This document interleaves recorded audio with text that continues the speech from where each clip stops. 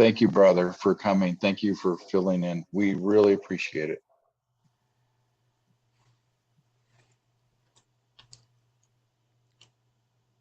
To me? Yes. Okay. Holy Father, thank you. Bless our moments together. All kinds of thoughts are flowing through our head about people we know and personally care about and the difficulties they're facing. But there it is. Part of the package. They know it and they're faithful. And we're grateful for that. We're asking for full recovery of health and that kind of thing. But beyond that, come what may, we're asking for sustenance and faith and trust that they've shown all these years. We're thankful for this gathering and ask your blessing on our reflecting to your glory. In Christ, we pray. Amen. I'd like you to read with me some scripture. I'm going to do the reading. I'm going to read in Deuteronomy chapter 32. Then we'll move somewhere else. And then after that, we'll see what happens. Listen, I know you know this, but I feel the need to say it. Don't be afraid of anything that you read in the Bible. Don't be afraid of anything, particularly the Old Testament, which takes a real beating these days. Jesus Christ knew it from beginning to end. He loved it, read it, knew it, lived by it. So nothing we can read in the Old Testament is to be frightening us. For the number one interpreter of the Bible is our Lord and Savior, who knows that. I'm going into Deuteronomy 32. Yes? Up until 30, what I'm about to read, God has been shredding Israel's apostolic behavior and threatening them with fierce language. And I'm jumping in the middle of this as he summarizes. In chapter 32 of Deuteronomy, verse 26, Moses has God telling us this, 32:26. God's the speaker. I said I would scatter them into corners. I'm reading a New King James Version. I said I would scatter them into corners. I would make the remembrance of them to cease from among men. This rendering is not strong enough, but it goes in the right direction, all right? He said that he would cut them up, he would destroy them, all that kind of thing, and said he would destroy the remembrance of them, and they would not be remembered again among humankind. All right? Now then, he said, I said I would do that.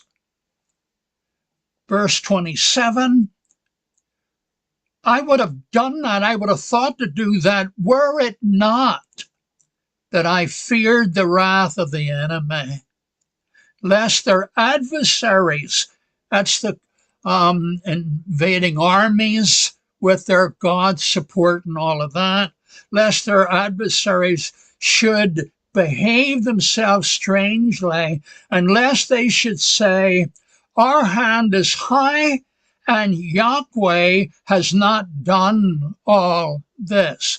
What is it that frightens God in the text? It's that foreign nations would think it's because we're strong, because we are great warriors, because our gods are stronger than any other god, and we defeated Yahweh. He said, that's the only reason I did not utterly destroy Israel. And then he speaks of the foreign nations in verse 28. For they are a nation void of counsel, neither is there any understanding in them. Oh, that they were wise, verse 29, that they understood this, that they would consider their latter end. 30. How should one chase 1,000 and two put 10,000 to flight, except there Israel's rock had sold them, and the Lord had shut them up? How would it have been possible for one of the enemy to chase 1,000 Israelites had it not been that Jehovah gave them up? We saw that in Daniel, when Daniel opens up saying that when Nebuchadnezzar came to Jerusalem, God gave Jerusalem into Nebuchadnezzar's hand. And again and again and again, that's the story. He goes on then and says this in verse 39, speaking to and about the foreigners for Israel's benefit, but speaking about the foreigners, he said, see now that I, even I am he, and there is no God with me. There isn't any other God. There's only me. I kill and I make alive. I wound and I heal. Neither is there any that can deliver out of my hand. So the story there is what? If calamity befalls a city or a nation, Hosea, shall calamity befall a city and I not do it? In chapter 4 of Amos, he says, to apostate Samaria, the capital of the northern kingdom, he says, I sent on you. This is chapter 4 of Amos. I sent on you drought. I sent on you famine. I sent on you pestilence, wild animals, and invasion by other armies. He says, I did that. Okay? And then he goes on to say in chapter 5, shall calamity befall a city and I not do it? Why is he saying all of that? I did this, I did that, and I did the other.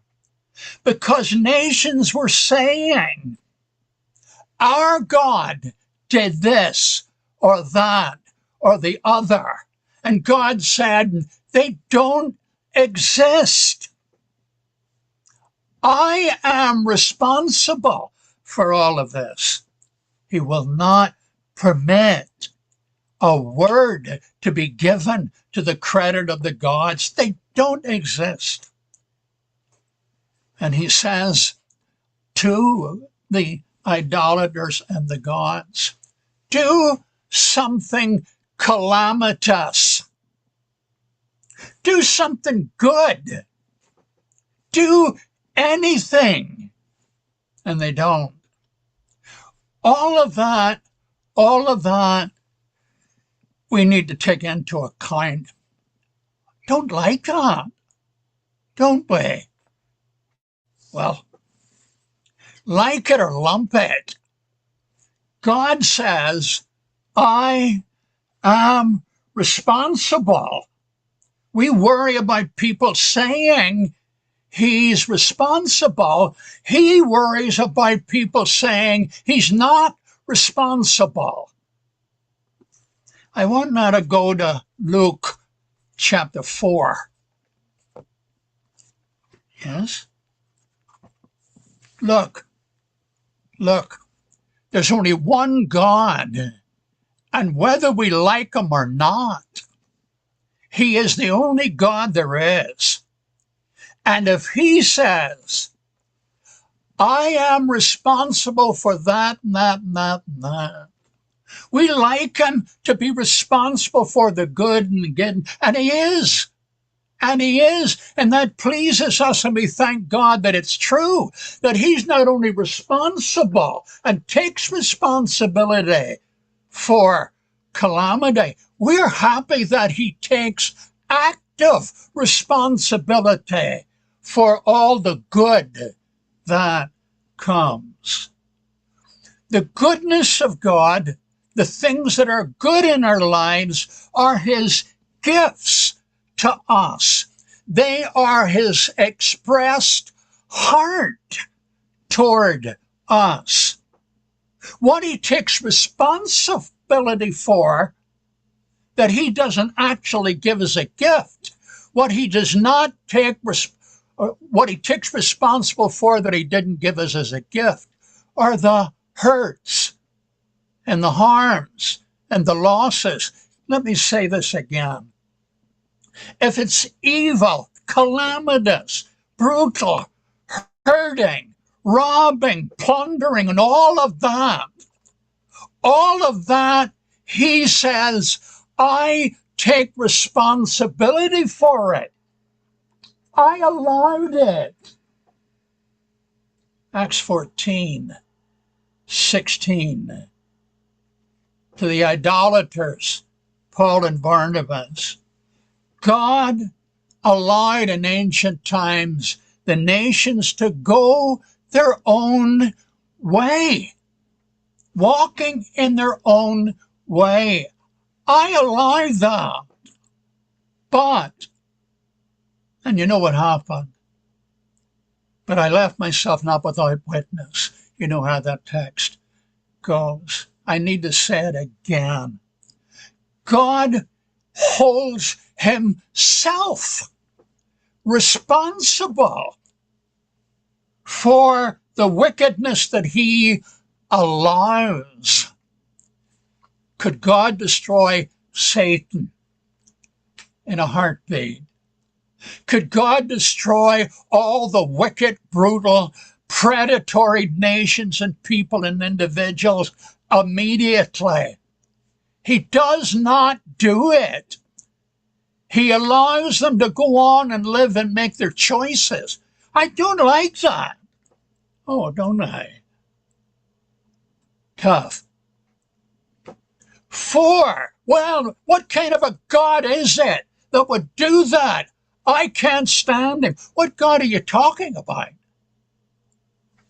Which God are you talking about? You mean the God who showed himself in and through and as Jesus Christ? Is that the one you're mad at? Is that the one who poured out his own life as a human? Is that him? Well, how can he be both? He can be both. Well, I don't know how you're going to do it. Talk to him when you meet him. Tell him to explain it, because he's got the answers for you. But we're not able to take it all. I'm in Luke chapter 4 and verse 16. Jesus comes in to Nazareth. He's been doing a lot of fine things and going about helping people. They give him the book of Isaiah, the scroll of Isaiah. He came into the 4:16. He had been brought up in Nazareth, and as his custom was, he went to the synagogue. He went to Bible study. That was his custom. He was a Bible student as he was when he was 12 years old and they found him in the temple. He wasn't just talking, he was listening. He was asking questions. He didn't mind being taught. He learned. All of that was going on. Now he's here, and he's a visitor. He's come from down south and come from other places, comes to Nazareth. Now he goes in there, and they give him the scroll of Isaiah. And he reads 17 of Luke 4. They gave him the book of the prophet Isaiah, and when he had opened the book, he found the place where it is written, "The Spirit of the Lord is upon me, because he has anointed me to preach the gospel to the poor. He has sent me to heal the brokenhearted, to preach deliverance to the captives, and recovering of sight to the blind, to set at liberty them that are bruised, and to preach the acceptable year of the Lord." And he closed the book and gave it to the minister and sat down. And the eyes of all them that were in the synagogue were fastened on him. And he began to say to them, "This day is this scripture fulfilled in your ears." The text in Isaiah clearly, trust me for now, the Isaiah text, chapter 61, has to do with the return from Babylonian captivity, that the Lord was going to bring them out. He was going to set the prisoners loose and all of that kind of thing, you see.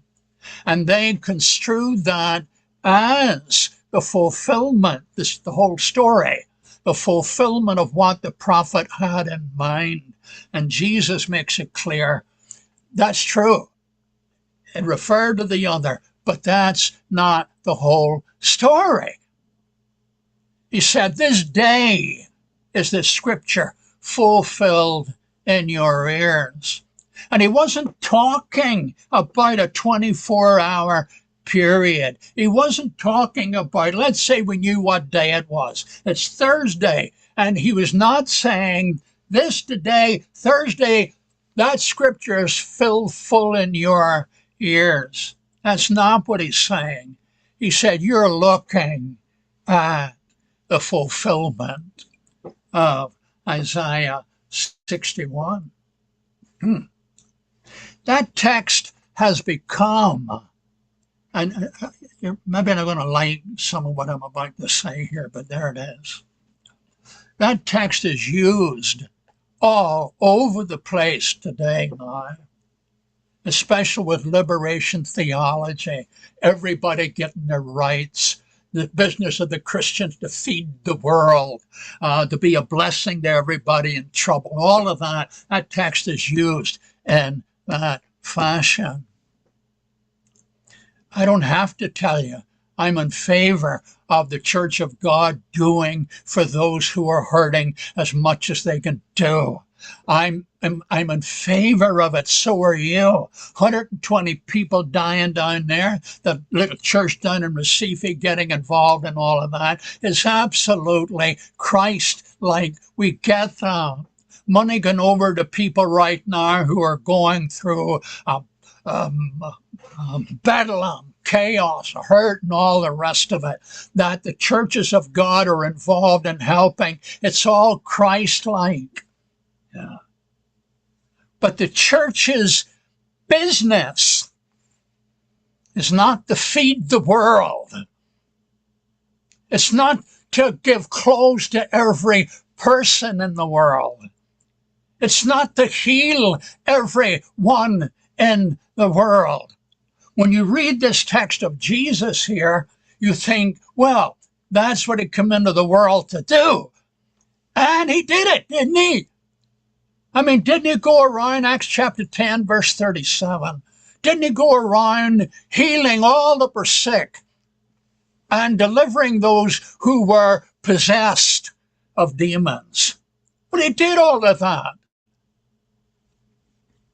There was a lady, a widow lady, our boy, the only boy she had, died, and Christ went and raised the boy. Was that the only widow who lost a boy?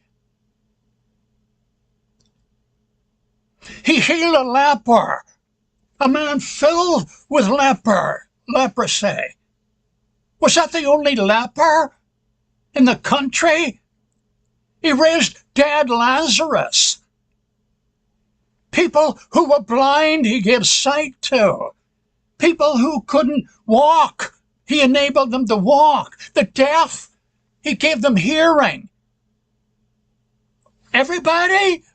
Did he heal everyone? Why didn't he meet that fellow with all the leprosy? Why didn't he just destroy leprosy? Why didn't he destroy deafness? And his apostles followed him. When Peter in Acts chapter 3 with John came to a fella, give him the capacity to get up there and dance. Were there other people, and there are people mentioned in the scripture, who were born that way? Were there other people? Were there other cripples in the temple gate? Why didn't they absolutely heal everyone? It wasn't their business to do that, to destroy death at that point, to destroy. Why wouldn't you destroy old age and feebleness? Why didn't he have them? Jesus Christ had the power, but his power was limited to his central, all-encompassing purpose. The business of the Church of God is not to be guilt-ridden if they can't feed and give homes and healing and all of that. Look, we have enough to be guilty about, and we feel guilty enough. But pseudo-guilt shouldn't take its place with us. You will help. You will do good. You have been doing it, and you'll continue it. But that's not our business. For all the people who are going to survive what's going on in Europe, all the people who are going to survive all the diseases that are going on right now, they will one day die. The business of the Church of God is the same business that Jesus Christ was in when he came saying, I came here to give you life abundantly. He wasn't talking about life in the flesh, mortality. That's not what he was talking. This text in Luke chapter 4 is not talking about his miracles that he went around doing here and there and everywhere. He's talking about the eschatological freedom, utter, absolute freedom. I have come into the world. The Spirit of God has anointed me. All of those people who got free by the Spirit of God from Nebuchadnezzar and his crew, you know where they all are now? They're dead. And all the people who, until he comes and brings a halt to it, they're going to die. I'm going to die. We are going to die unless he comes in and interrupts the whole thing. What did we expect? What did we expect? The same one who said what we just read is the one who says to the apostolic group and the disciples around them in Matthew 5 and following, blessed are you. When they kill you, when they do this and that and the other. It's the Sermon on the Mount. Luke records it, so does Matthew. There are two mountains, Mount Gerizim, Mount Ebal, a mountain of blessing and a mount of cursing. Israel was told, you will be blessed in your basket and your flocks and your bodies and this, that, and the other. These were the blessings of an Israel according to the flesh. Yeah. And the curses that came on them were curses in the flesh. But Jesus comes, a new Moses, not like Moses, but way beyond Moses, but a new deliverer comes. And he, when he speaks in the Sermon on the Mount, he's speaking about a new world that is coming. And in that new world that we already have a taste of, a new world is coming. And we have already gotten a taste of what the Hebrew writer says, but we haven't got the whole story. When blessing, Moses said, you'll be blessed in this, that, and the other. Christ said, you'll be blessed with purity of heart. You will not only be blessed because you are pure in heart, you will be blessed with purity of heart. You will not just be blessed because you are a peacemaker. You will be blessed in being a peacemaker. And you will reap the benefits of all of that. These are the blessings of the kingdom of the Lord Jesus Christ. They are not, and you are not. You who are sitting here right this moment, you are not in the flesh. Paul says this in Romans 8, verses 8 and 9 and following. You're not in the flesh. You don't belong to this world. Your blessings are not. Good health. Well, even you get that, you get it, it's a blessing. But that's not what he's talking about. The blessings he speaks about that are yours and mine are the eternal things. Jesus said, you want to be mine? Some time ago, 3 or 4 months ago, Joey Tilton provoked a number of us by saying, Barnabas says to Jesus Christ, this, that, and the other. And Jesus said, what do you want me to do? What do you want me to do for you? And he says, I'm going to get that off my face. He says, I want sight. Well, that makes good sense that Bartimaeus would say that. The man was blind, for pity's sake. What if he had known Jesus the way you do? What if he had known who Jesus was? What would he have asked him for? If he came to you right now while you're sitting and said to you, what would you like me to do for you? What would you say? What would you say? The pious response, a good response, a right response. But the pious response is what? Make me like you. There's a song, make me like you. You know that hymn, make me like you. And do whatever you have to do to make me like you. Here he comes in all his seriousness. Those big brown eyes or blue eyes or whatever, big-eyed looking at you and saying, what do you want me to do for you? And you would say, I would say, we would say, make us like you. And the Father would say, which part of him would you like me to make you like? Well, now, wait a minute, Lord. Wait. I'm not thinking about the loneliness. I'm not thinking about the suffering. I'm not talking about the betrayal, the kind of destruction of a relationship that he had with Judas. Not talking about that.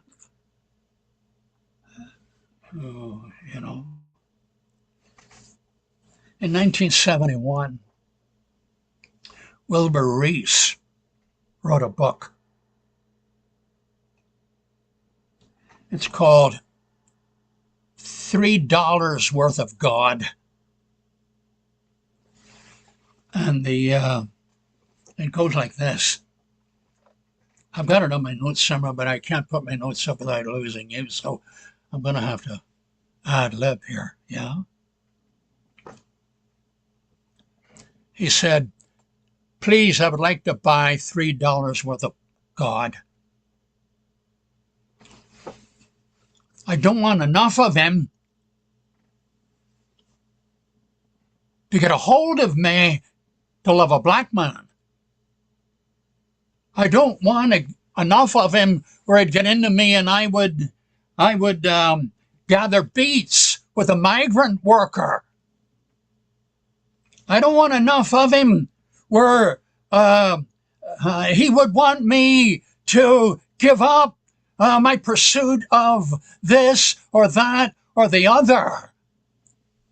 I just want enough of him that will assure me, that will see to it that I'll not be worried about what's going to happen to me after I die. I want enough of him where I can sit back and sing the lovely hymns and songs, but I don't want him to really get into me and really be like him fully.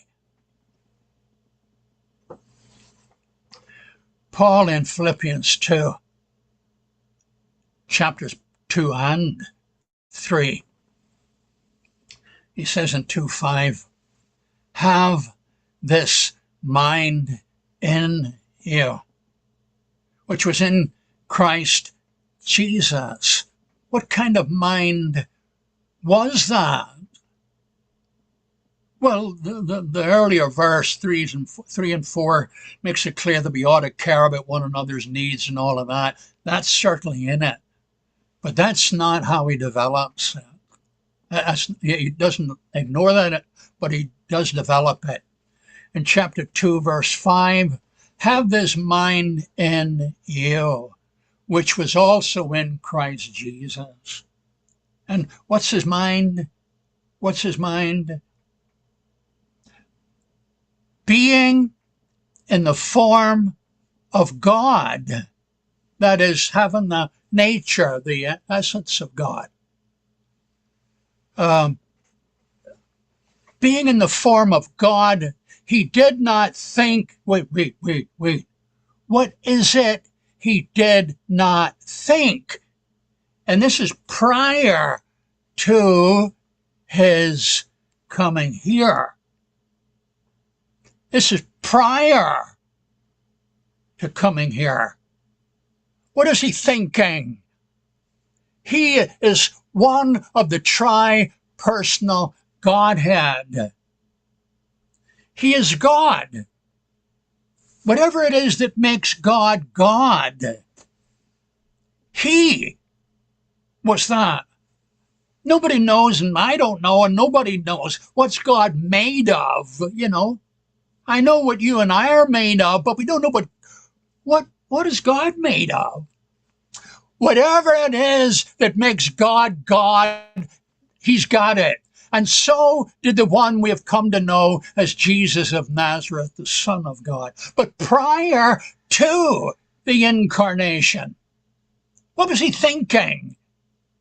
He thought that being equal with God was not something to be greedily held on to. What kind of God is it that you people worship here? I forgot I had those on. What kind of a God is it that you people worship? He's the kind of God who doesn't think that being God is the end of the story. He's a giver. That's what giving is. He's the embodiment of loving. He's not an abstraction. He's not a force. He's a person. But what kind of person is he? He's one that doesn't think, boy, being God's great and I'm keeping it to myself. That's what he was thinking. It's not to be grasped. And he emptied himself. It's an interesting phrase, and it's worth looking into, but right now, not for now. It starts getting all involved, and I'm not interested in going there. He emptied himself. Well, he ceased being God. Impossible. And this is why I want to avoid it. You get into all these questions, before you know it, you're all over the place, and my time is up, and your interest is gone. He says he emptied himself. That is, he made himself a human, took upon him the form of a human. Jesus of Nazareth is not God being God. Jesus of Nazareth is God being a man. God didn't turn into a man, no God anymore, just a man. That's not what happened. God chooses with a dynamic choosing, a choosing to be a man without ceasing to be God. If it was only a bit of God that became a man, then the fullness of God would not be manifested in Jesus. And Paul says God's determination was that the fullness of God would be embodied in Christ. When you look at Jesus Christ, you see, not in, because we can't grasp it all, but you don't see all that there is to see of God. But you can be sure that you will never find anything in God that was opposed to Jesus Christ, the fullness of God. His character and purpose is seen in Jesus Christ. But Jesus Christ was the man who began at the birth in the Blessed Virgin Mary, when God created this Jesus of Nazareth in this young virgin's womb. So, what is it that led to the incarnation? The thought that God had, the sense of God had about his own self. That's what led him to not only create so that he would share the joy of the tri-personal Godhead with us, and let us be his eternal companions. What is it that he think about himself? He thought, this is not to be greedily held on to. That's not who I am. And he manifests it in and as Jesus of Nazareth. That's the Jesus that we're reading about here. So I want to be like him. He comes to me and he says, tell me, what do you want me to do? And I say, because I'm pious, you see, and because I'm a Christian, you see. And I say, I want you to make me like you. And he says, what do you think about the cross? Well, no, wait a minute. Paul, in chapter 2 of Philippians, I almost forgot why I brought Paul in. You see, this is me. What can I tell you? No cure for me. He says, this is what he thought and then became incarnate. He laid aside some glory, something or other, and becoming a man. And then he became obedient, and became obedient unto death, and became obedient unto death on a Roman's cross. Romans checked him out. He wasn't up to much, no kind of a problem there. Hang him. And they did. 3 times in Acts we're told they hung him on a tree. Yeah. And Paul in Philippians 3 says, I want to be in the image of Christ. And when he calls you and me to image Christ, he's not calling us simply to be kind and caring and all of those lovely things, and he's calling us to be that. It's bigger than that. When he's done with us and the glorification and all of that, we're going to be so like Christ. In that post-resurrection life, we're going to really get a sense of what it was always like to image Christ. So Paul says, he did this. He became obedient. He emptied himself, took upon him servant and all that, death, even death on a cross. That's what he did. It's what he thought. It's what he did. And then in chapter 3, Paul says, you know what I've done? You know what I want to do and all of that? He said, all the things that really mattered, all the wondrous things. He said, I thought they were garbage. And I got rid of them. They weren't the thing that mattered.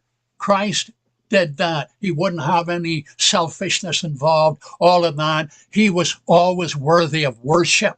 Always worthy of worship. But there came a point when he said, well, and he comes down among us, and he worshiped with us and along with us. Yeah. And Paul says in chapter 3, what he thought about all the glorious things and laid them down. He said, I thought the same thing about how I did well and how everybody thought I was fine in that kind of a world in which I was moving. I gave all that. I could not have been, I was one of the big hitters and all of that. I was an eighth dayer. I was a Pharisee of the Pharisees, all of that. And there was nothing bad about those things until he corrupted the thing. But he said, I did it in unbelief.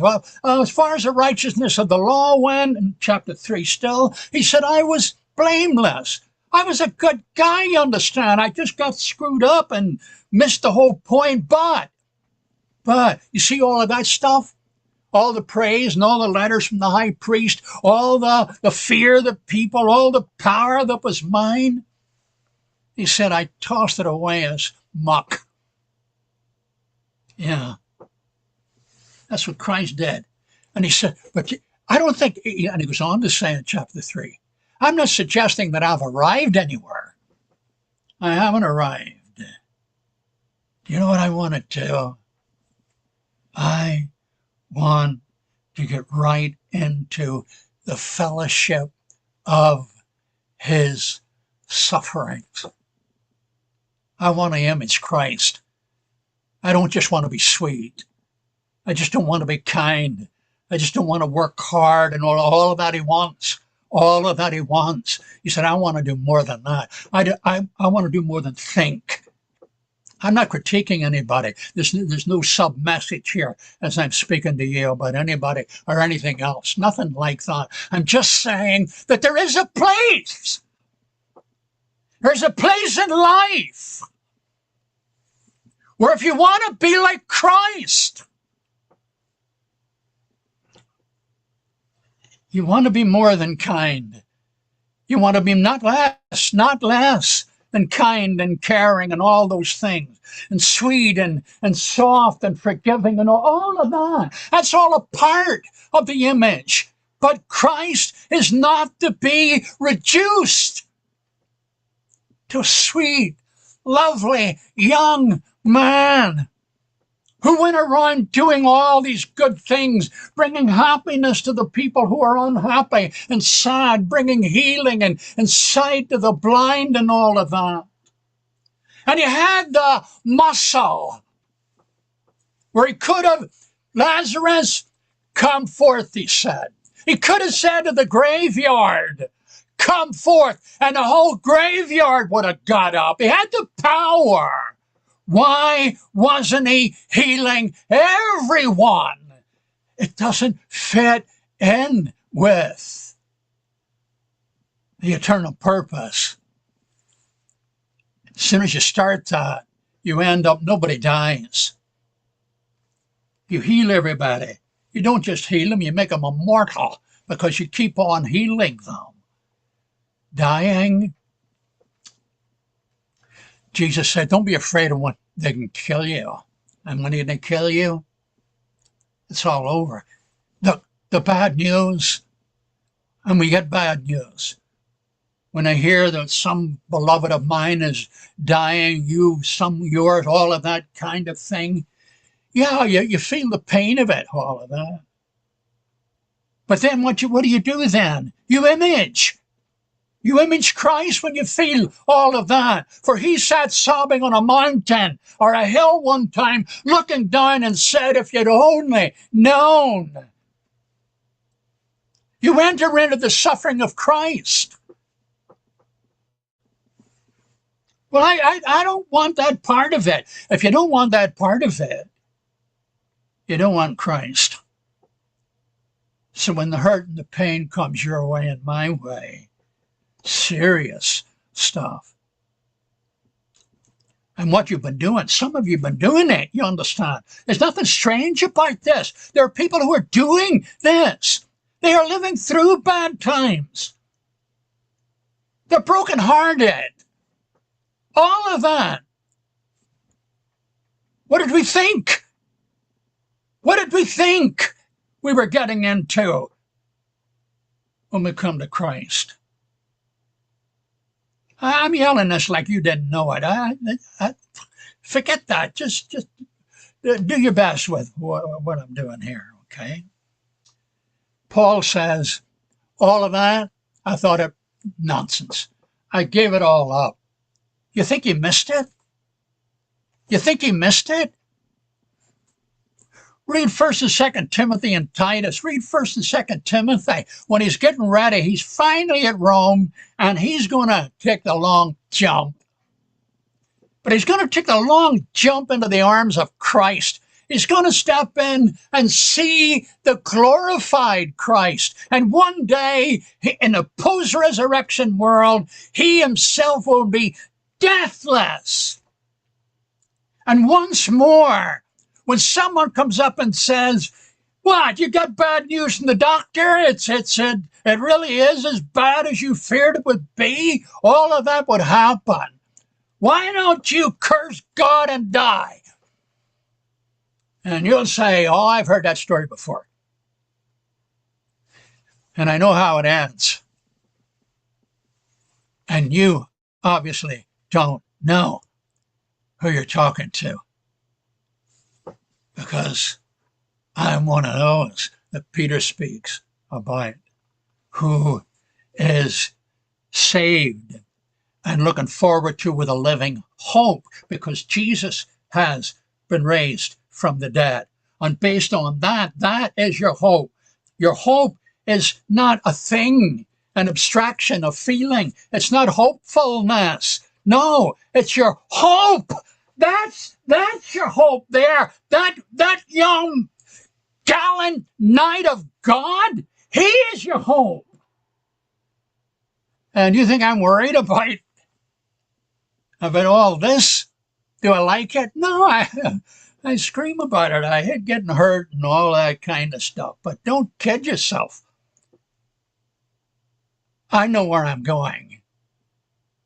And I know where I'm going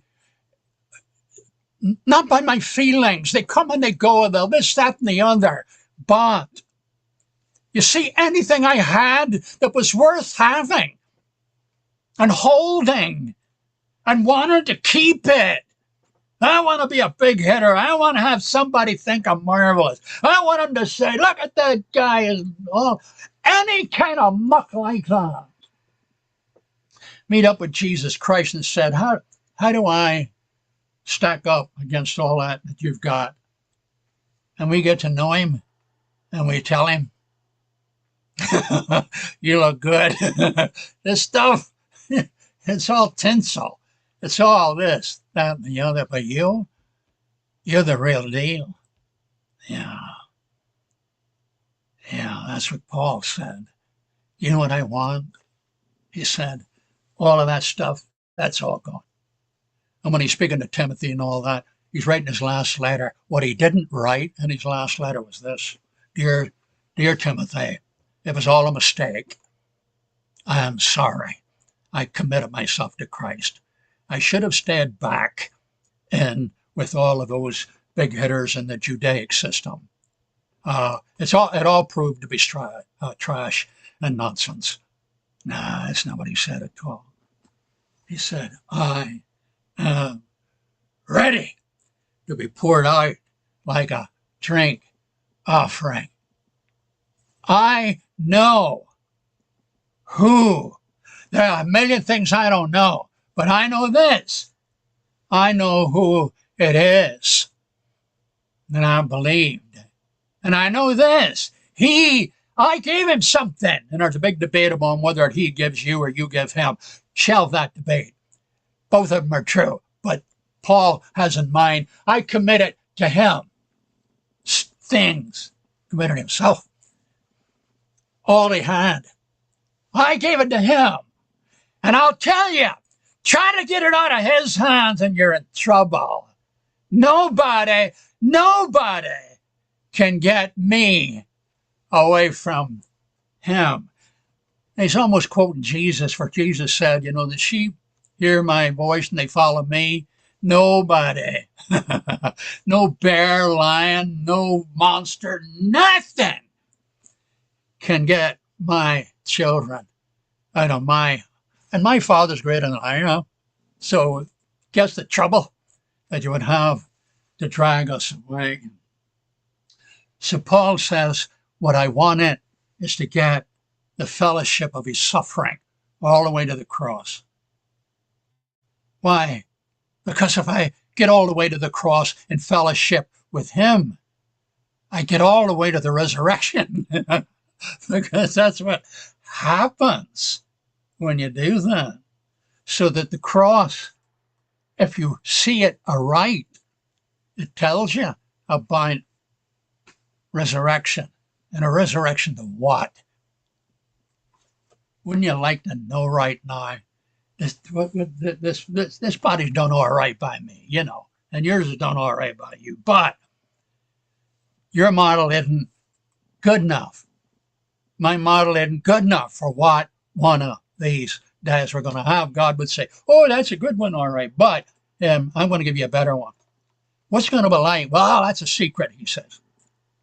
But it's like my son's body right now. He loves it. It is absolutely glorious. But it's not just a new body. It's a new world in which we will be fully living and growing. A world of adventure. A world of increased wisdom and knowledge. People we get to know, things we get to know. Who knows what we will be able to be and do, and the capacity that we will have to think thoughts way beyond. Haven't you had a moment or two every now and again? 5 minutes to 8. I'm still on time. Haven't you every now and again got a good thought and you thought, ooh, no, I love that. I wish I could keep that. Haven't you had that? There's a day coming when we're going to think thoughts. And we're going to think, what? Wish I could have thought that earlier. And somebody would whisper to you, I was saving it for you. Yeah. This is our hope. This is our joy. In the meantime, while we're mortal, expect trouble. Some get it more than others. It's true. But the ones who get a lot of it, and you've met a lot, you may even be one of those. I don't know who I'm looking at here, but I know you, and you're lovely and all these marvelous things. And I know if you're old enough, you've already had toughen up. But you're sweet and you're lovely and you're Christ's and you've had trouble. And if you haven't had a lot, your day's coming, maybe, unless I get knocked down with a car and go out like that, then I won't have any trouble. I won't be lying hurting and all of that in hospital and that. But we'll go one way or another. But we'll open our eyes. And I don't know what it's going to be like, but it's going to be marvelous. And in the meantime, he speaks encouragement to us in the middle of your suffering. Trust me. In the middle of their suffering, when you're feeling badly for them, whoever they are, trust me, you feel bad about them. You don't like what's happening to them. I don't like it either. It fits the eternal purpose that I permit wicked people to have their way right now. Don't think that I shrug about it. I don't shrug about it. I keep a record. I know who the unrepentant thugs are. And one day I will deal with them, Acts 20, verse 31. For there's a day coming when God will judge the world in righteousness by that one whom he has chosen, even Christ, whereof he has given assurance unto all men, in that he raised him from the dead. How do I know that all the thugs, the unrepentant ones who relished service to the wicked one, will be dealt with? If Christ is risen, their day's coming. Yeah.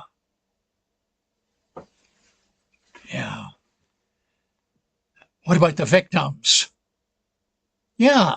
If you can do it, if you have the power, the capacity, the ability to do it, you not only take care of the unrepentant, tyrannical predators, you take care of the victims.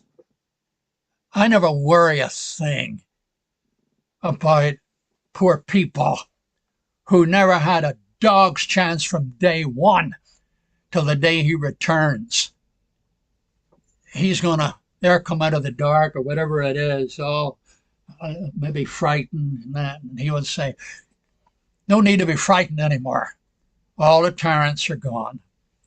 It's just me. I want to talk to you. And here he speaks to them. I cannot believe otherwise. I will not believe otherwise. For God is fair. And Jesus had a special feeling for the poor and the abused, the assaulted, the plundered poor. Two things said Kant fill me with awe: the starry heavens and the moral law. Markham said, but I know something more obscure: the long, long patience of the plundered poor. Plundered they are, decent, doing what they know, living the life that they've got, all of that, not allowed to hear of Christ, never get a chance, didn't know but God's got a son, nothing like that, and abused and all, and raped and stolen from and humiliated and all of that. Their day is coming. Their day is coming. God will speak to them, and a God who loves them even now will love them then, and we'll see what God says. He knows what he's doing. So we're going to leave all of them with him, aren't we? Yeah, we are. No matter what we hear in Holy Scripture, it's all about, in the end, it's all about Christ. And if you're hurting, Christ said, so did I. And I understand your feeling. But you'll keep trusting me, won't you? And you'll say, oh yeah, nothing's going to take me away now. It's too late, too far down the road for us to doubt. Yeah, well, you have Christ, but what does he do? Well, I'll tell you one thing he did. In a world like this, he made a believer out of me. Well, that's not much, is it? What? Try it. No coercion. How does he do it? He just shows up. And when people get a really good look at him, embodied in you, but hearing from you, he just turns up. And people look at him who have not already sold themselves right out of his reach and relish all of the satanic ugliness. People look at him and say, count me in. And he counts you in. Isn't it great?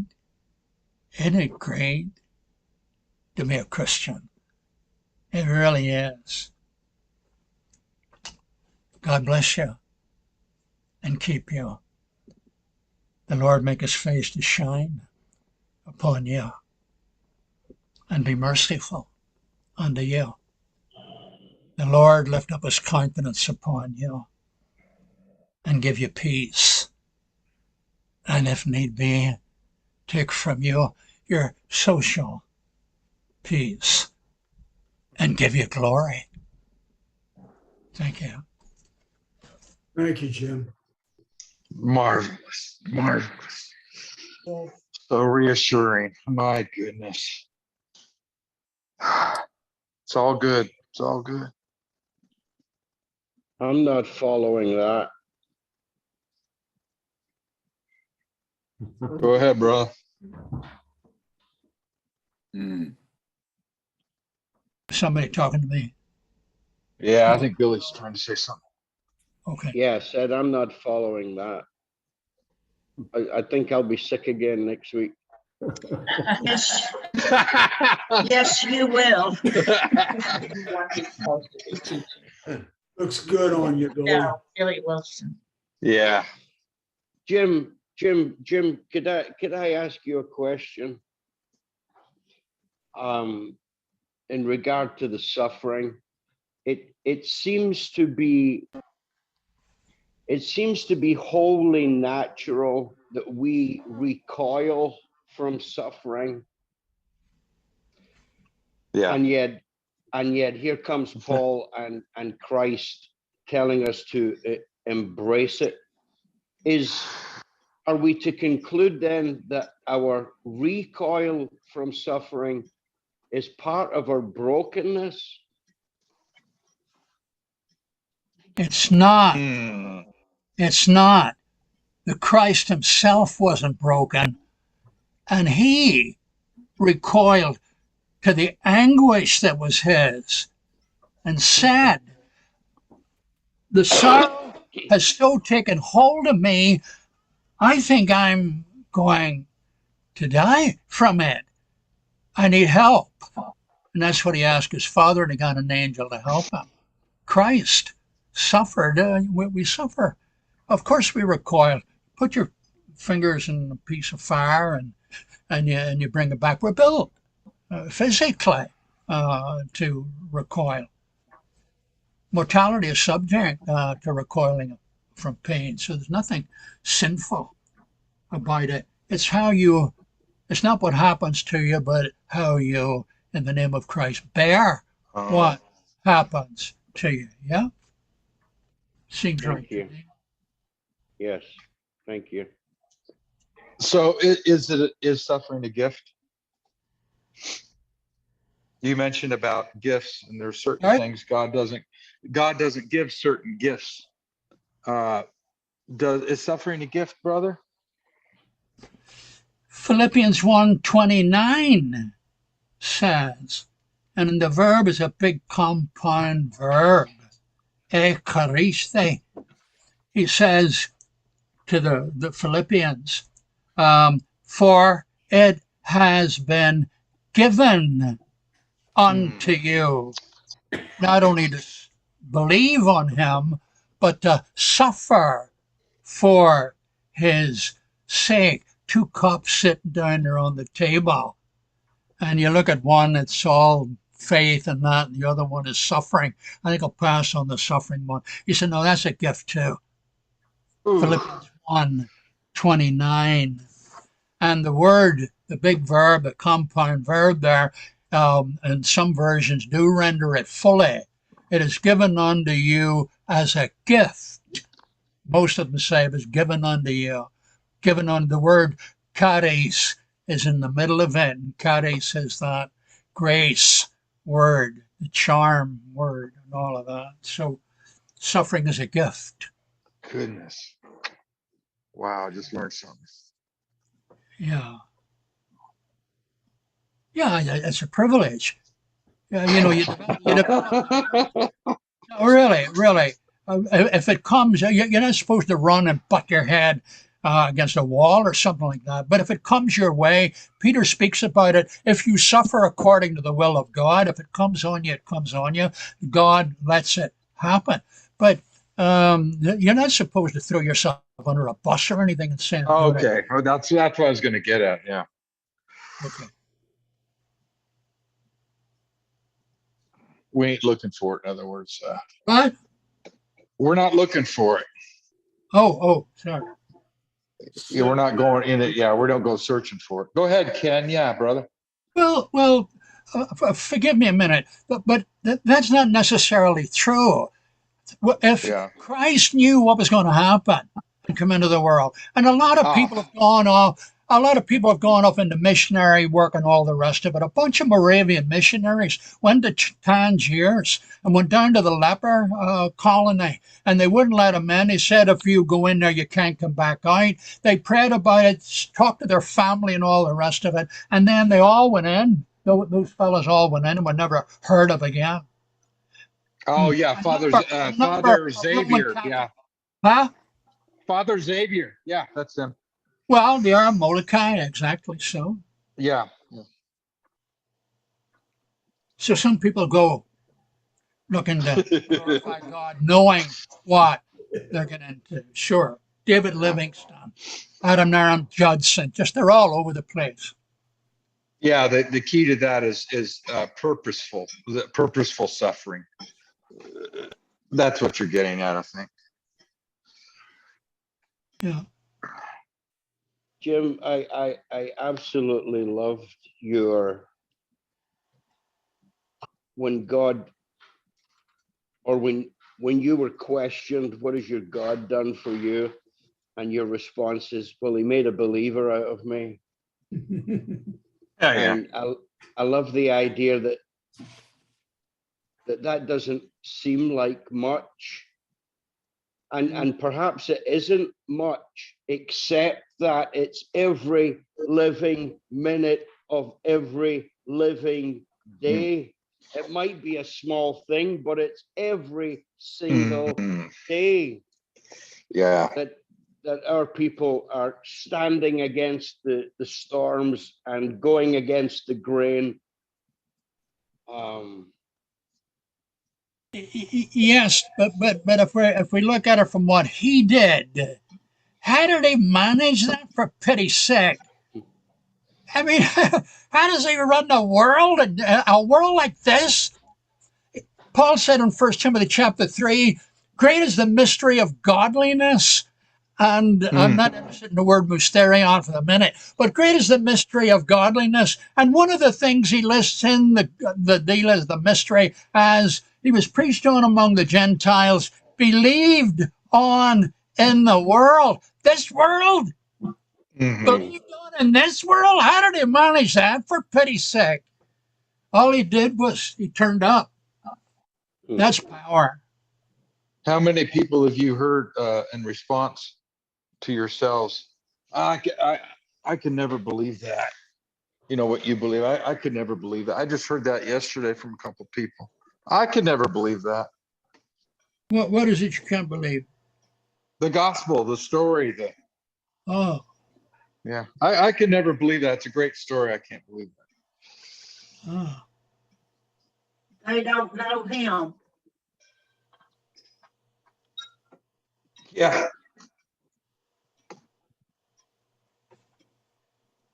That might be the spookiest thing I know about God. You can beat him. And you lose.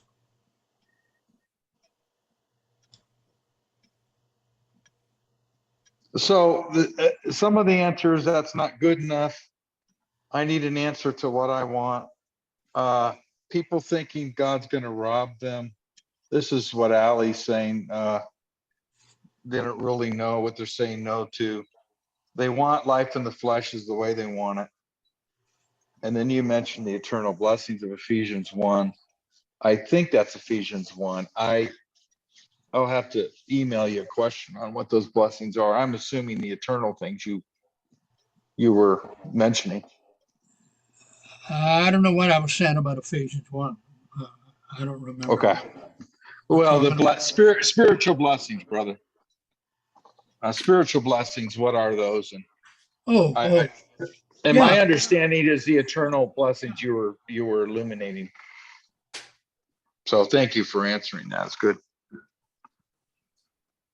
I've loved every minute of it, but it is 2:50 in my house, so I'm gonna.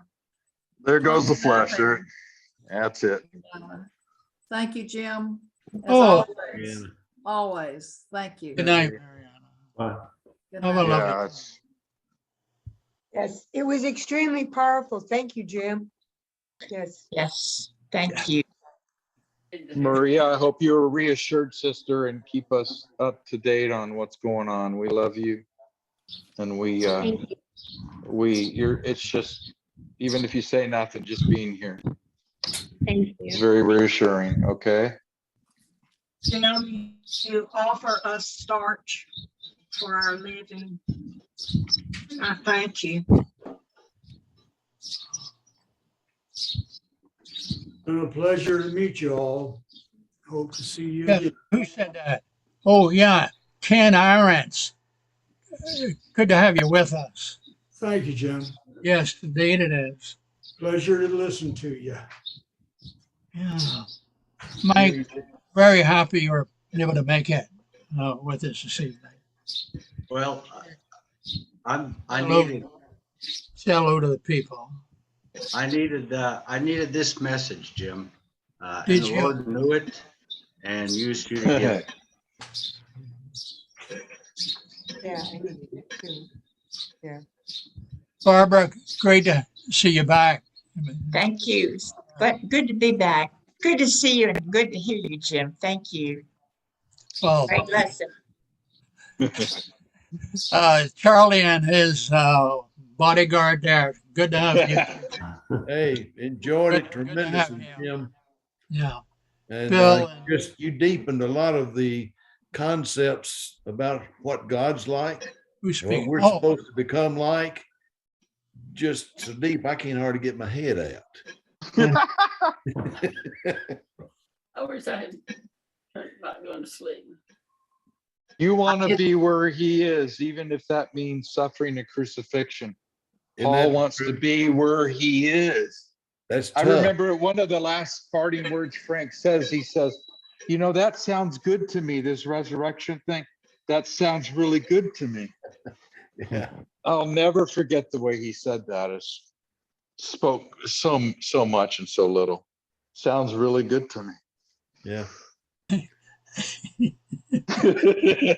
yeah. but there's some text that we didn't mention that you fellas know. A fellow says, "Known this cross for you, Lord Jesus." He said, "That's satanic." He said, "If you want to be mine, see that stake right there? Pick it up and follow me. If you don't do it, one of these days we'll have a conversation about what does it mean to take up the cross, because that's not an option." Ooh. Yeah. Thank you, Jim. Take up your pen and write, take up your pulpit and speak, take up. Yeah. Yeah, pick up your piano to play, pick up your guitar, pick up this. Yeah, Billy, pick up your guitar, brother. Pick up a Play some stake. tune. Yeah. Everybody looks good. Everybody's so radiant. God bless every one of you. I love this God group. bless you I really too. do. It's been a We love pleasure. you all. Have a Yes. good night. God All bless right, all. everybody. Bye-bye. Good night. Night. Good night. Oh, Great. yeah. Night.